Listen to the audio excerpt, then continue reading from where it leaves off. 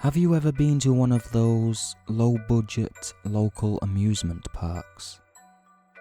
Growing up, my family didn't have the money to take me and my brothers to Disney World like she always wanted.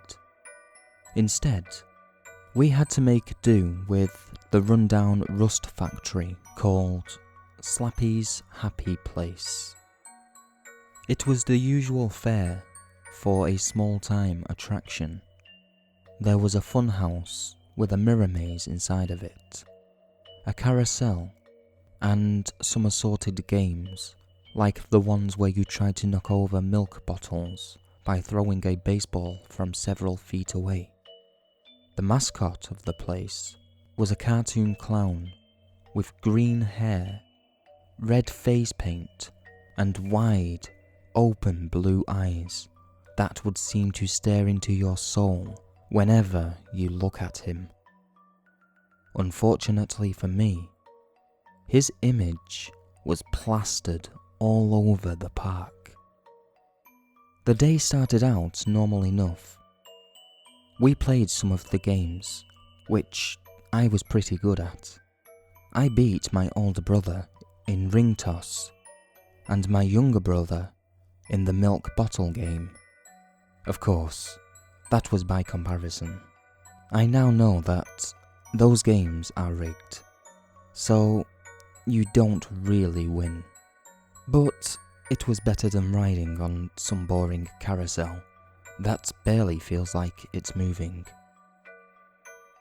Our parents were keeping an eye on us from the shades as they tried to beat the summer heat.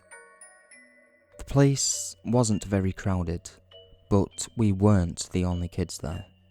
About a dozen families roamed the park that day, but judging from the expressions on some of the other kids' faces, Slappy's was pretty far from being their happy place. Then again, we weren't exactly having the time of our lives either, but we were making the most of it. Danny, my older brother, suggested we go into the funhouse. I wasn't against the idea, but my little brother, Billy, was scared of the dark. It wasn't pitch black in there, but it wasn't exactly lit up like Christmas either. The dim lighting did lend an eerie vibe to it, so I decided to stay with Billy. "What a bunch of babies," scoffed Danny. "You afraid of a stupid clown? Fine, I'll go by myself, and you two scaredy cats can stay out here and cry about it."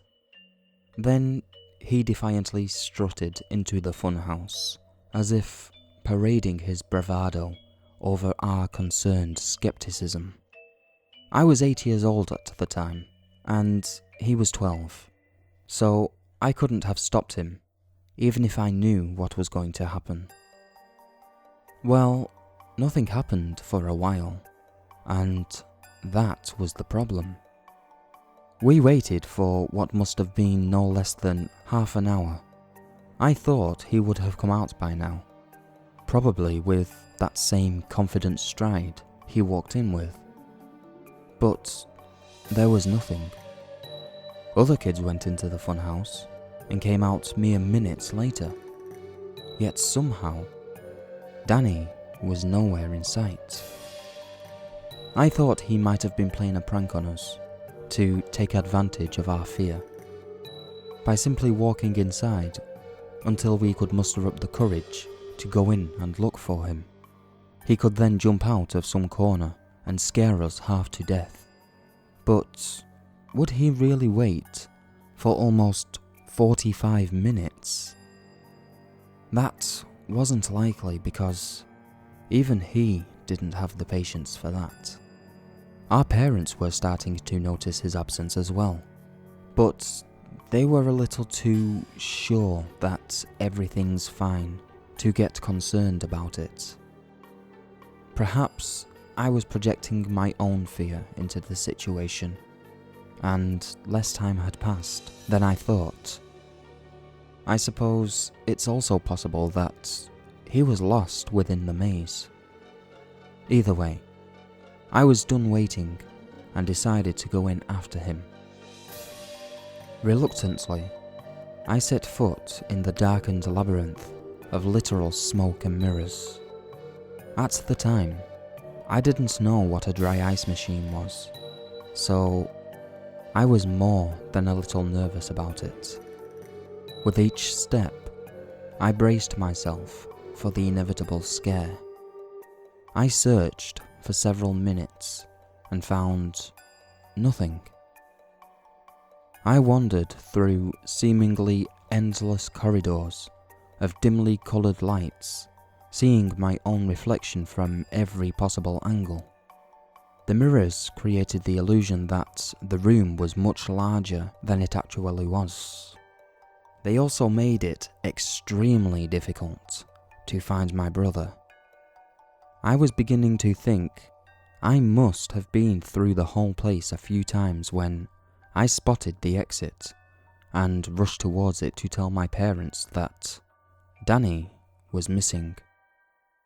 Then it happened.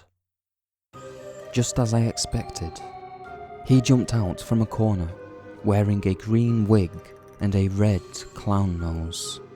Simultaneously, I had to catch my breath and sigh in relief that he was okay.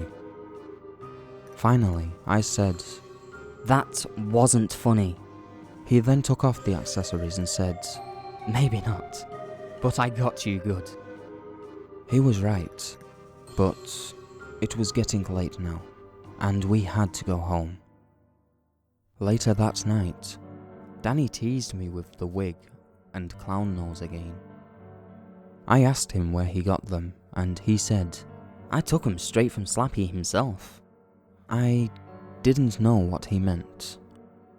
Apparently, somewhere deep within that maze, there's a statue of Slappy, complete with a costume wig and red rubber nose.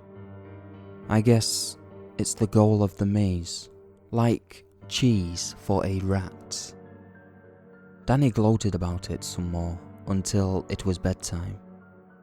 I tossed and turned a lot, still thinking about that strange little park and the creepy clown associated with it. When I did fall asleep, I had a nightmare about being trapped in that mirror maze and hearing endless laughter. A figure appeared in one of the mirrors behind my reflection. I turned around and saw Slappy standing there with an evil grin on his face, and I was shocked back to consciousness. The morning sun was shining through my window, and Billy was already up. I walked past Danny's room and the door was open, as was his window. He usually sleeps in during the summer and keeps his door closed so as not to be disturbed. I went in to look, and the room was empty. I didn't even notice anything until I saw the mirror. Scrawled on it, in what was later determined to be red face paint, were the words, I am with Slappy. Now I'm happy. Neither my parents nor the police knew what to make of it. They searched Slappy's to see if he went back there, but they found nothing. Eventually, they came to the conclusion that he was a runaway. My parents never gave up the hope of finding him. That was until last month, when the body surfaced. They found him floating in the river, wearing the same damn wig and nose. Cause of death was an overdose of nitrous oxide, aka laughing gas. Some asshole cop said, at least he died happy. He immediately apologized, but I refused to accept it. 10 years after my brother went missing, he turns up dead. Then a few days later, Billy disappeared too. That's why I'm here, Doctor.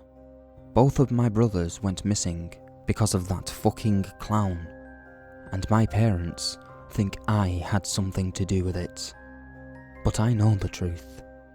It was him, and he's coming for me next.